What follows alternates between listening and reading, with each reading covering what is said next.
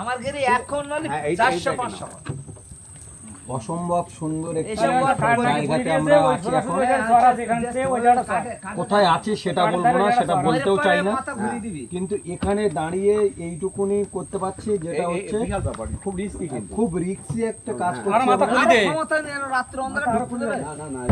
এটা খুব কোর এলাকা, হ্যাঁ এটা খুব কোর এলাকা এবং সবসময় পাওয়ার থাকতে রেল লাইন কারো স্থানীয় মারো মারো কোলে মারো। স্থানীয় ছেলেমেয়েরা ছাড়া রেল লাইনের উপর উঠলেই তার 501 টাকা ফাইন দিতে। না এটা অ্যাকচুয়ালি এটা জঙ্গলের এখানে যখন আছি তখন চারিদিকে শুনশান নিস্তব্ধ এবং সন্ধ্যের আবহ চলে এসছে, সন্ধে হয়ে গেছে, সেই রকম একটা সময়ে চারিদিকে থমথমে শুধু ঝিঁঝির আওয়াজ। সেই সময়ে দুঃসাহসী মামা তিনি নেমে গেলেন এবং জঙ্গলের যে কোর এরিয়া সেখান থেকে কিছুটা দূরে তিনি এখন আছেন। তবে এগুলো খুব একদম জঙ্গলের মধ্যে ঢুকে যায় এই খালগুলো। হ্যাঁ, এখান থেকে আরেকটু গেলেই কোর হয়ে যায়, কোর হয়ে যায় এই যে খাল। হ্যাঁ, সেটা থেকে এবং 2-3 মামা, তার সঙ্গে আমি। এখন কিছু করবে না মহানি ভিডিও এটি। মামা চলো, হবে না, চল যাও ওই তো আমাদের ওই ঘাট, ওই বালিঘাটে অভিযোগ, কিন্তু ব্যাপারটা হচ্ছে এই জায়গায় ওরা পেট্রোলিং এ এগুলো তো পরিচিত মানুষ বলে। ওই ব্যাগটা তো সাদা ব্যাগটা ধর। বললো বড় ভাই, এই জায়গায় ওই কৃষ্ণদা যে ওই লোকটা আছে না, ওই লোকের বউ মাছ মারতে এসেছিল, আর ওই বাঘ এসে ওই জায়গায় এসে লাফতে পুড়লো। বাঘ এই জালের উপরে এসে লাফতে পুড়লো এই জায়গায়। তারপরে ওই বউ ওই খাল পেরিয়ে ওই জাল ছিল হাতে, ওই জাল নিয়ে চলে গেল ওই নৌকো নিয়ে। দুবার বাঘ এসে জালের উপর পুড়ে। বৌদি এই জায়গায়, বৌদি এই যে জাল বাঁচছে এই জায়গায়,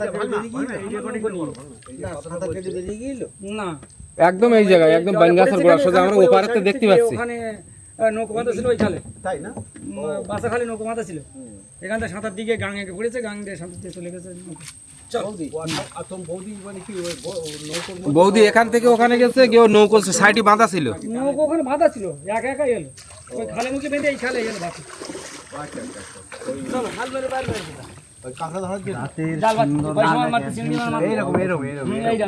ঠিলে দে ওটো, ঠিলে দে ওটো, হাল ভাইয়া না ওই ঠিলে দাও। সন্ধ্যেই গেল, আচ্ছা অ্যাটাক করার পরে না এরকমই হবে, লাল লাল বেলা। কি বৌদি? হ্যাঁ না, সকালবেলা ছিল, আমি মাঝে মাঝে দোকানের ধারে নিয়ে নিয়েছি। এখন যে অঞ্চল দিয়ে আমরা যাচ্ছি সেটি মূলত সুন্দরবনের কোর অঞ্চল, অর্থাৎ এখান থেকে রাত্রিবেলায় যাওয়াটা অনেকটা বিপজ্জনক এবং সেখানে সবসময় একটি বিপদ উঁকি মারতে থাকে। ঘুরতে ফিরতে যেখানেই যাই বারবার সুন্দরবনের কাছে আসতে হয়। সুন্দরবনের প্রতি একটা অন্যরকম ভালোবাসা আমাদের প্রত্যেকের থেকে গেছে, যেহেতু আমরা ভিডিও করা বা চ্যানেল শুরু করেছিলাম সুন্দরবন থেকে। যাই হোক, যে অঞ্চল দিয়ে যাচ্ছে সেটি এখন এতটাই ভয়ঙ্কর দেখাচ্ছে। এখন কিন্তু সন্ধে হয়ে গেছে, রাত্রেও নেমে গেছে, সেই রকম একটা দৃশ্যের অবতারণা হয়েছে এখানে, যেটি আপনারা দেখছেন। আবার এখন দেখছেন সেই একই অঞ্চল, একই পটভূমি, শুধু দিনের আলো, অর্থাৎ দিনের বেলাও একরকম, আবার রাতেও অন্যরকম। দিনের বেলার ভয়ঙ্কর পরিবেশটা সম্পূর্ণ আলাদা। সেখানে নখ দাঁত বার করে থাকে ম্যানগ্রোভ, আর তার ভিতর থেকে ছোট ছোট অন্ধকারময় রহস্য।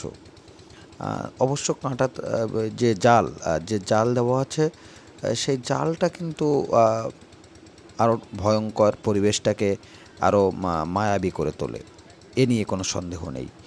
এখন এই যে অঞ্চল দিয়ে যাই, এই অঞ্চলটি হচ্ছে মূলত সুন্দরবনের সবথেকে ভয়ঙ্কর অঞ্চল এবং বারবার আমরা এই অঞ্চল দিয়ে গেছি।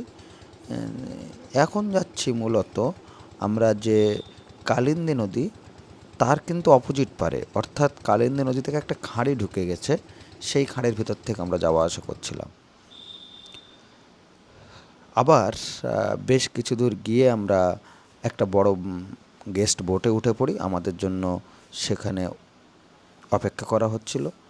যেহেতু আমরা ক্যামেরা নিয়ে যাইনি, তাই সেখানে টুকরো টুকরো ছবি তুলেছি, বাঘের ছবি তুলেছি, কিন্তু ওই যে অন্যদের থেকে নিতেও পারিনি, আবার নিজেদের মোবাইল রেজুলেশন কম, তাই সেই বাঘের ছবি আমরা অত ভালো করে তুলতে পারিনি। যাই হোক, শুনশান নিস্তব্ধতার ভিতর দেখে আমরা যাচ্ছিলাম। এই যে অঞ্চল এখন যাচ্ছি, এটি হচ্ছে মূলত আমরা যেটাকে ডাক নামে ডাকি গাজী। সেই গাজীখালির ভিতর থেকে আমরা এখন যাচ্ছি এবং দুই সাইডে যে গাজীর যে অসাধারণ প্রাকৃতিক দৃশ্য সেটি কিন্তু উপভোগ করছি। গাজী মূলত কিছু মানুষকে বাঘের জন্য বিখ্যাত হয়ে রয়েছে। যে কথাটি বারবার বলি আমি, যে এই যে জঙ্গলগুলি দিয়ে আমরা যখন যাই তখন যে সমস্ত পটভূমি আমরা লক্ষ্য করি তার মধ্যে অন্যতম হচ্ছে এটি। জীবিকার জন্য জঙ্গলের পথে, আর সেখানে গিয়েই বিপদ। এই বিপদ বলে কয়ে আসে না, জেনেও মানুষ যায়, তার কারণ পেট বড় বালাই। এটি বারবার বলতেই হয়। পেট বড় বালাই, তার কারণ আমরা যখন ওই একই জঙ্গলের খুব কাছে চলে গেছি তখনই দেখতে পাচ্ছি এর ভয়ঙ্কর দৃশ্য। কি অসাধারণ ভয়ঙ্কর! কোনো কল্পনার জগৎ তো নয়ই, বাস্তব।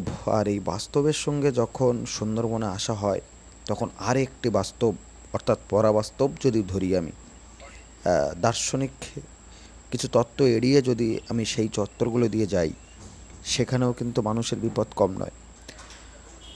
একদম শুনশান নিস্তব্ধতার ভেতর থেকে যাচ্ছি, পিন পয়েন্ট আওয়াজটুকু নেই আমরা যখন চলছি, তাই ব্যাকগ্রাউন্ডে যে সাউন্ডই দেই সেটিও নিস্তব্ধতাই থাকবে। যেহেতু এই ম্যানগ্রোভটি হচ্ছে বাইন দ্বারা বেষ্টিত, তাই এখানে মূলত কিছু বাঁদর আর হরিণের আধিক্য দেখেছি। কিন্তু ওই যে যেখানেই যাই হরিণ থাকলে বাঘ, তাই বাঘের সামান্য ফুটেজটুকু পেয়েছিলাম, এর বাইরে পাইনি দুটো বাঘ।